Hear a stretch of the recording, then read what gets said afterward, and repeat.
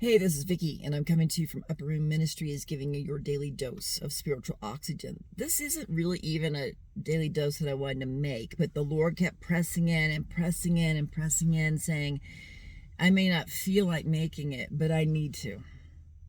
Have you ever gone into that space where you didn't feel like doing something, but you knew you needed to?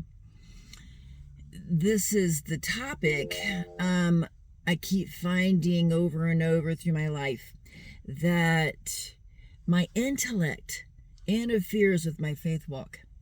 It's supposed to complement my faith walk, okay, but because of the spiritual warfare we're in, it interferes so frequently, and I have to override my intellect. Catch that, overriding your intellect. You'll want to use it, okay? Despite what I see that influences my thoughts, I need to have my faith rise.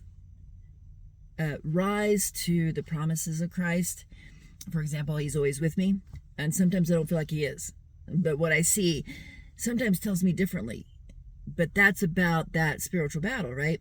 What I hear influences the way I think. What I see influences the way I think. The way I think someone has this emotional or visceral response to something, and I perceive it in a certain way that comes in agreement with the cloud, not the sun, if you know what I mean, with the storm, not the rainbow. And so I'm inviting you today to stay on top of those thoughts. In, I think it's 2 Corinthians 10, 3 through 3 through 6, I think it is. It says to take every thought captive. Okay, so if you're supposed to take every thought captive, that means stop for a second while you're having that thought. And then it says, have it come under obedience of Christ. That means what Christ has promised, you know, that he's a healer, that he's a redeemer, he's always with us, he'll never abandon us. He has a solution for everything. There's so much more. If he can raise the dead, what can he do for you? If he can heal those who are blind and not see, what can he do for you? We have this human blindness, I think, you know, spiritual blindness that has us not see what God's doing. That's what the enemy wants to do.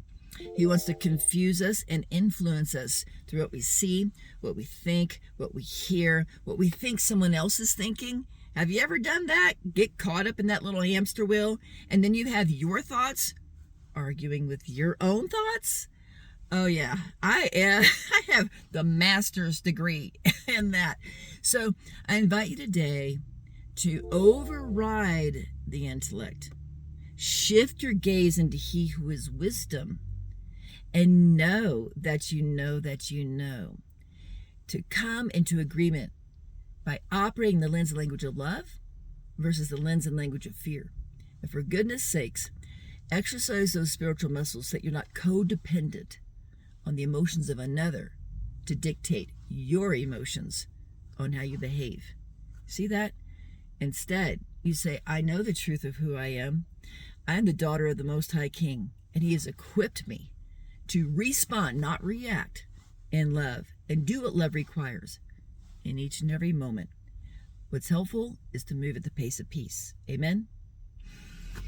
I pray that this blesses you, because this kind of languaging, this kind of spiritual exercise, this kind of spiritual discipline has helped me to stand in the sun more often than I stand in the clouds, to stare at the rainbow more often than I hear the thunderstorm. And that's a gift to you. Exercise it now, won't you? Take care. God bless, because you have the graces to accomplish this. Until the next daily dose, move at the pace of peace. Amen.